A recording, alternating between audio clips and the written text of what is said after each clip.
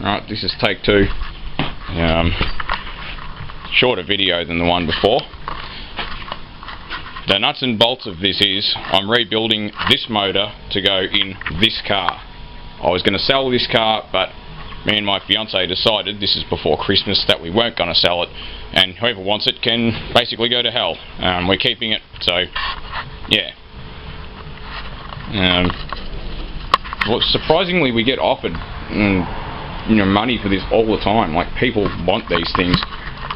They don't want to keep the original motor, but they want to put in some V8 or a diesel motor. But I like the P40, and I don't give a Sam hell whether anybody else doesn't. So, and by the way, a conversion kit's about $600 to a 253. Chrysler Valiant motors they make a conversion kit for, but they're not a 4-wheel drive motor. Torque's in the wrong place. Wrong part of the rev range. So anyway, piston damaged, excessive clearance in the cylinder bores when there's not filth there, so you can see it. Can't remember what it's allowed, but it's not this much. So yeah, I'm going to rebuild this motor, put it in this car. The wiring, I'm going to redo some of it. It's a bit messy. I want to consolidate it. I want to get a proper fuse box out of a car. I don't want to necessarily use these. I don't mind using that fuse box, but the way I've done that input's crap. The wire I used for that's crap. And that's a cut down earth neutral bar, which is crap. But it was done 5 years ago, so, and you know, you learn over the years. It's good wiring, there's nothing wrong with it, it just looks like shit. So all these wires poking out, yeah, I want to get rid of all that shit.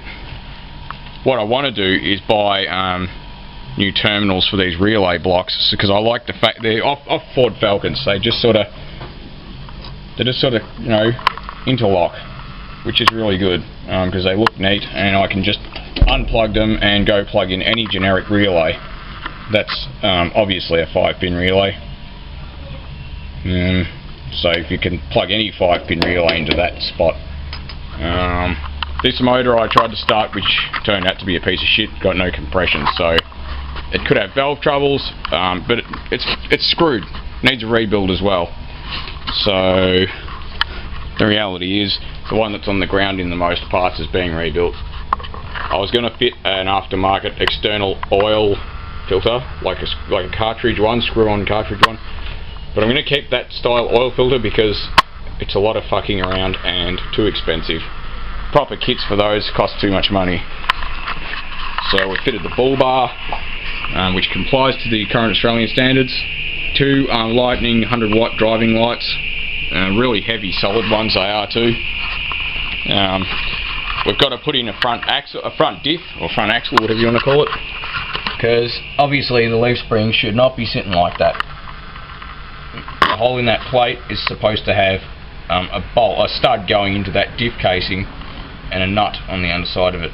There's one you can see in the rear of the frame. Someone's done god-awful things to it when they were replacing the shackle bushes. I can't imagine why. But I've got a diff case over there. The internals are screwed because it's had water in that diff. The internals in this diff are okay, but the case is screwed, so it's a match made in heaven. Got to get some new locking hubs because the one on the other side doesn't match this one. It's completely different, and I would really like both of them to match. They're only $50 anyway. Make a template for the mud flap lady, because she bolts in, because she's made of metal, of course, so it matches the other side. I've got to sand this back, because I was too lazy in the first place to take the badges off. I've got to sand it right back so it's smooth. I've got to treat any rust that's there, there's not much, and I've got to give this another coat of paint. The guard's not on properly because there's actually the rust hole in there. It's only a small rust hole, and being a truck, and given that you can't see behind the guard, I can just plate it and rivet it on with stainless steel rivets and put some Sikaflex to seal the plate. I've got to make a tray for this. I've got to finish cutting off this plate that had the tow bar on it. Failed a roadworthy, and with that plate on it. So what I'm going to do is simply just chop it level with the frame rail. So I'm going to probably cut it more than, I'm not sure yet. I might I'm going to have to cut it neatly down there, and I'll probably use, you know, a square or something to make sure I get it actually neat looking. And I might just cut it straight across there, and that might offer some protection for that jazz there, but I don't know, maybe not. Maybe I'll just level it with that frame rail, or maybe I'll leave it the way it is but just cut it neater. Not really sure, don't care. This tray got pulled off because it's way too heavy. I've got to do axle shaft seals and possibly bearings in these in this rear diff. This one pretty obviously is screwed. Look at all the crap leaking down the side of it. There you go. So pretty simple, straightforward. I've got to rebuild the wheel cylinders. There are 6 of them on this car.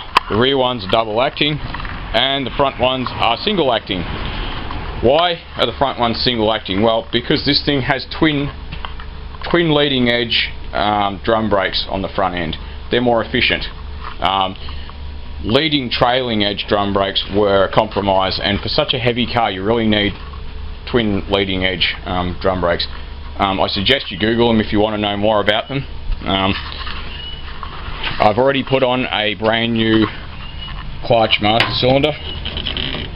That's that guy down there. And this brake master cylinder is brand new as well. It's never actually been driven. The wheel cylinder's a leak, that's why the fluid's 2 different colours. Yeah. Anyone that wants to know more about this truck, feel free to message me and ask me questions. The wheelbase is 2.8 metres or 2,800 millimetres. It's a G60 Nissan Patrol.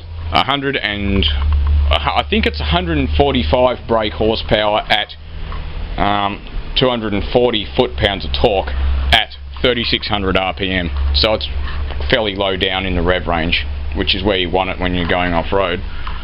So thanks for watching, guys.